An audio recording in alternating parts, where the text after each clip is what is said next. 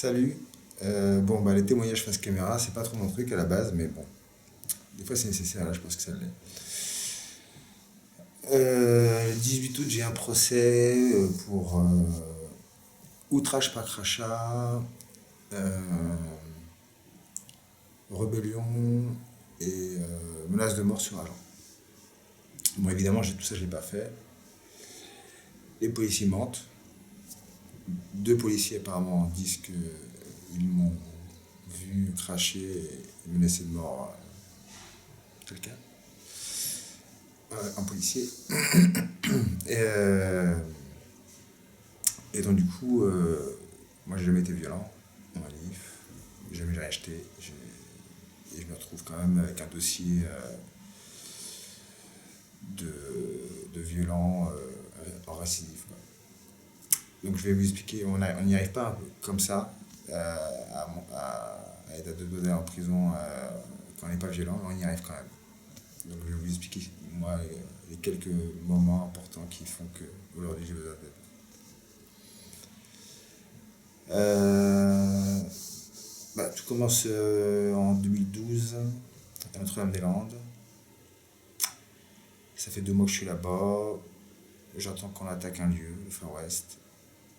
Quand j'arrive là-bas, je vois une centaine de militants en cagoule, prêts à défendre la barricade. Une barricade. Derrière la barricade, une quinzaine de militants cagoulés prêts à défendre la barricade aussi. Moi, je me mets devant tout le monde. Là, à 60 mètres, les gendarmes arrivent. À un moment donné, ils balancent un nuage de lacrymogène entre eux et nous. Sur le moment, je me fous un peu d'eux en disant ils se gazent tout seuls. En fait, pas du tout. Dans la seconde d'après, je me fais plaquer par derrière, traîner sur 30 mètres au sol. Euh, Là, les gens qui m'arrêtent, qui sont en cagoule avec des panneaux stop en bouclier, qui balançaient des cailloux sur les policiers une seconde avant, me tirent vers le nuage de lacrymogène et dont donc les cars mobiles. Ces gens, c'était des policiers, des gendarmes, je sais pas, des GSE, RG, je sais pas. Toujours est-il qu'ils font, ils font la jonction en me refilant au garde mobile qui me passe un à un entre leurs jambes en me faisant des coups de pompe au passage. Euh, Là, je finis dans le camion avec une grosse tête, une belle tête. Je suis un peu déboussolé parce que je me dis, j'ai rien fait, qu'est-ce qui se passe? Les policiers disent que j'ai lancé des cailloux sur eux, que je les ai insultés. Enfin, du coup, je suis un peu déboussolé, je fais 48 heures de garde à vue. Le lendemain, enfin, à l'issue, je suis jugé en comparution immédiate. Je prends 2 mois avec sursis. Bon, je sors de là, je suis plutôt content, même si j'avais rien fait, de ne pas être en prison. Parce qu'il y en a qui ont pu du faire dans cette histoire. Et alors qu'ils n'avaient rien fait aussi. Euh, Après, je fais plein de ZAD, plein de choses. MDD, Sylvain, Agen. Je suis un peu partout où je peux essayer de transmettre une info réelle. Et il y a, je sais pas, je dirais 3 4 mois, je suis arrivé à Paris, parce qu'il se passait pas mal de choses par rapport aux manifs, les actions, tout ça, donc c'était intéressant de filmer ça. Euh, donc je me suis fait arrêter une première fois en mai, je crois que c'est le 26 mai. Alors comment ça s'est passé? J'étais sur un arrêt de bus. Je filmais un peu tout ce qui se passait. Quand d'un coup je vois que ça bouge pas mal d'un côté, donc je descends de mon arrêt de bus et je filme un peu ce qui se passe et j'arrive sur des gendarmes qui arrêtent des gens, qui tabassent des gens. Du coup, je fais le point sur ma caméra et là, je me fais pousser par derrière au sol. Ma caméra tombe. Là, je suis entouré de 5-6 policiers. J'essaie de me dégager pour récupérer ma caméra parce qu'elle est au sol. Impossible. Ils me mettent quelques coups, ils me mettent derrière. Là, il y a un gradé arrive avec un sac rouge et le pose à côté de moi. Il dit ça, c'est son sac. Alors, c'est pas mon sac. Je dis à l'officier qui me gardait, c'est pas mon sac. Je regarde dans le sac, il y avait un extincteur. Donc là, j'arrive dans le commissariat du 18e, où je passe pas mal d'heures à me demander qu'est-ce que je fais encore là. Dans la cellule, dans les 5, pardon. Il y a 2 matelas, 2 couvertures, donc il y a une personne qui a rien, c'est un mec qui vient d'arriver, un crackers. Et donc quand je suis auditionné à 3h du matin, en partant, je me dis que la couverture, je l'aurais plus. J'arrive devant l'officier judiciaire, j'explique ma version, mais il n'a pas l'air de bien me croire. Donc vers 4h, il me redescend et avant de rentrer dans la cellule, je m'arrête au bar devant le comptoir des policiers et je leur dis est-ce que je pourrais avoir une couverture parce que le mec qui est entré m'a sûrement prise. Et est-ce que je pourrais avoir mangé parce que j'ai faim. Là, le flic me tape sur le bar et me dit mais t'es pas à l'hôtel ici, mec. Là, je tape sur le bar aussi et je dis je suis un être humain et j'ai besoin d'une couverture pour me couvrir et d'à manger pour me nourrir. Là, il y a un autre type qui fait le tour du bar, un autre flic. Il est très grand, il me regarde de haut et méchamment. Et là, je le regarde et je lui dis ça va me faire peur, tu n'y arriveras pas. Là, ça l'énerve, il met un chassé, je tombe pas. Du coup, ça l'énerve encore plus. Il met 2-3 coups, je me protège, il passe derrière moi, il met encore des coups, il m'attrape, il met son bras autour de mon cou. Là, vu qu'il est très grand, je suis tout de suite mis sur les talons. Je peux rien faire, j'essaie de me dégager, mais j'y arrive pas. J'entends tout avec de l'écho et pouf, je tombe dans les pommes. Je me réveille, menotté, face contre terre. Et le gars est devant moi. Et je lui dis ça y est, t'es content, tu veux bien casser la gueule, tu bandes. Et il me dit non, je préfère taper des bougnoules ou des négros. Donc je le regarde et je lui dis mais en plus t'es raciste. Il me dit non, et je pense vers moi, il me dit mais tu sais pas où t'es ici. Il me pose sur le banc. Là, il y a une fille, une gendarme qui arrive, une policière qui arrive et qui commence à me dire c'est pas bien, t'as tapé mon collègue. Moi, je dis je n'avais personne, j'ai pas vu qu'il m'a cassé la gueule. Là, il dit plein de trucs méchants, faux, bêtes. Je reste à un moment là, il y a un officier qui arrive et qui dit, un peu ironiquement, lui, je le ramène en cellule. Donc, ils me prennent, ils m'emmènent en cellule. Le lendemain, je suis auditionné par rapport à ce qui s'est passé. Je raconte ce qui s'est passé dans les termes où je l'ai raconté là. Et là, le flic fait porte plainte contre moi. Mais soi-disant, je l'aurais frappé. Par contre, les caméras au procès, on dira que les caméras qui filmaient dans le commissariat filment mais n'enregistrent pas. Donc on ne peut pas voir ce qui s'est vraiment passé. Ce qui a fait rire mon avocat et pas mal de gens. Donc je vais dormir sans rien. Le lendemain, je suis déféré, je vais au dépôt. Je passe devant un juge des libertés qui me dit pas de liberté. Je vais à Fresnes pendant une journée et une nuit.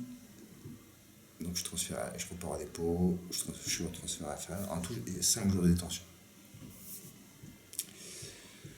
Le dernier jour, je me retrouve au dépôt. On arrive tôt le matin, on reste peut-être 14 ou 15 heures en prison, enfin, je sais pas, mais beaucoup. Euh, dans la cellule, je suis avec un mec qui se dit terroriste, ou en tout cas, des trucs compliqués, quoi. Euh,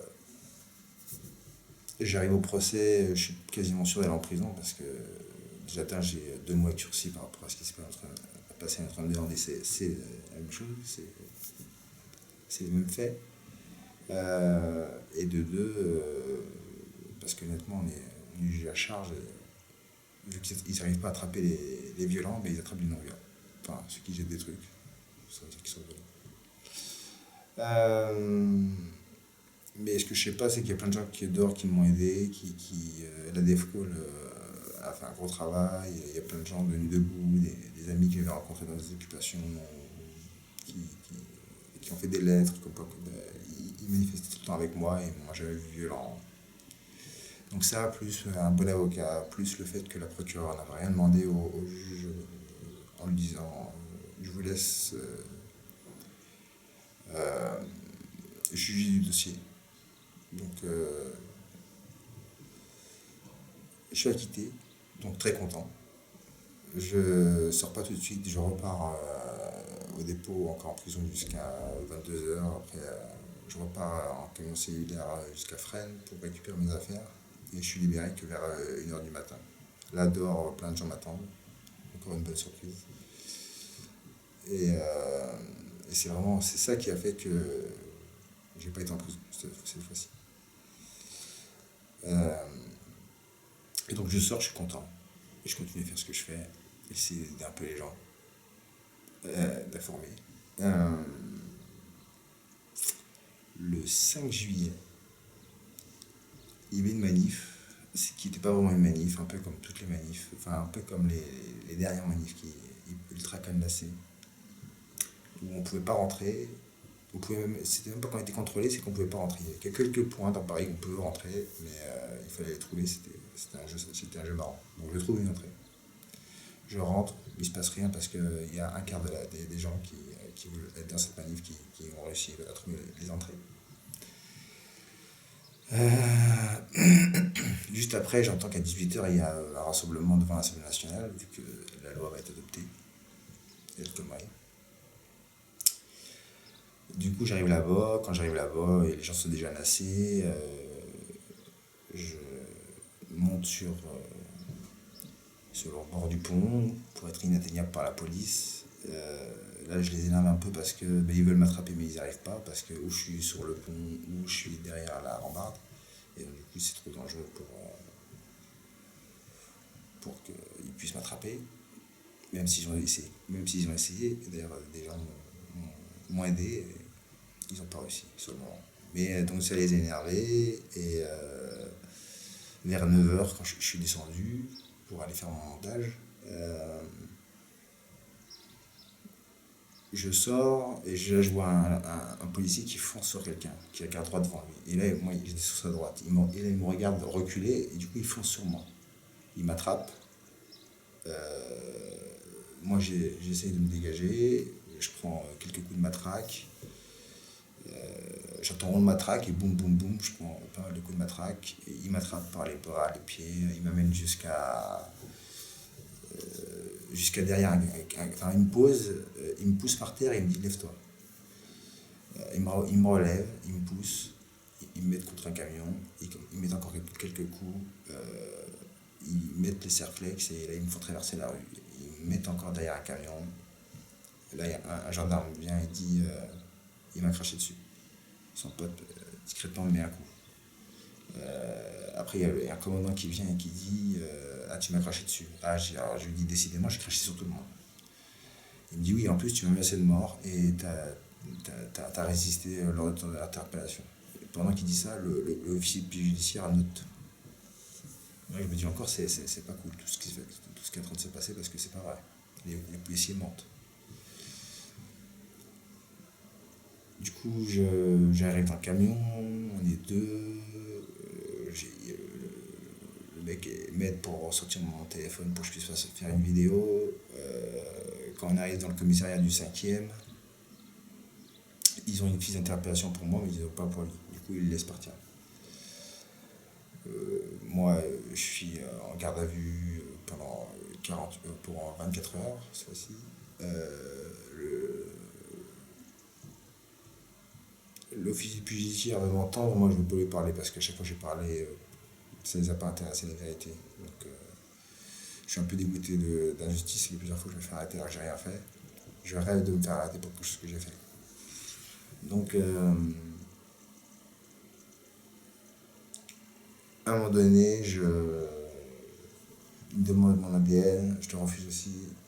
Ils viennent me voir en me disant que ça va être ajouté sur mon dossier. Du coup, ils ont déjà pris mon ADN, je leur donne, je fais un témoignage en sachant pertinemment que ça ne va rien changer. Je redescends, je vais à l'hôpital, mais c'est un simulacre d'hôpital. J'arrive devant un médecin qui. J'ai une bosse de la taille d'un œuf, le plus gros. Et là, le médecin me touche les cervicales et me dit ça va. Je dis oui, et hop, il me dit c'est bon. Voilà, pas d'examen, rien du tout. Tout va bien. Je suis matraqué plusieurs fois à la tête, mais pas de problème. Du coup, après, je repars en garde à vue, je vais au dépôt, où je pense être jugé en comparution immédiate. Mais là, mon dossier a mis trop de temps à arriver, donc du coup, il a dû tomber derrière une armoire. Ils ne peuvent pas me juger en comparution immédiate. Donc, le procureur demande de me mettre en détention provisoire pendant un mois et demi. Mon avocat propose de me faire signer dans le sud de la France, à avoir un contrôle judiciaire dans le sud de la France. Euh, ce que la juge accepte.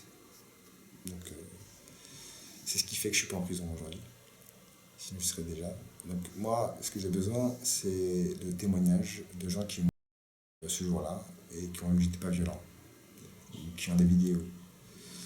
Des gens qui ils m'ont déjà vu dans des manifs et qui ont vu que la violence n'était pas mon arme. Des gens qui ont subi des violences policières et qui, en retour, se sont fait accuser de violences policières. Tous ces témoignages, je mettrai un lien pour les envoyer à mon avocat, pour arriver à faire monter mon dossier, parce que là, je suis interdit de Paris pendant un mois et demi, interdit Paris et Île-de-France pendant un mois et demi, donc je ne peux pas monter mon dossier là-bas, je ne peux pas demander aux gens des témoignages. Donc du coup, j'aurais besoin de gens qui m'aident à recueillir des témoignages et d'autres qui témoignent. Sinon, ça va être compliqué, quoi. Donc le procès c'est le 18 août à Cité. Je crois que c'est 13 ou 14 heures, je sais plus. Donc ceux qui veulent venir me soutenir, welcome. C'est toujours du bien parce que la machine judiciaire marche que quand on est tout seul. Si on est beaucoup, elle déraille quand elle est injuste comme ça. Voilà. Donc voilà. Je vous remercie d'avoir écouté cette vidéo jusqu'au bout pour ceux qui l'ont fait. Désolé pour les erreurs ou les hésitations. J'espère revoir certains qui verront cette vidéo bientôt en manif et pas derrière une grille. Ciao.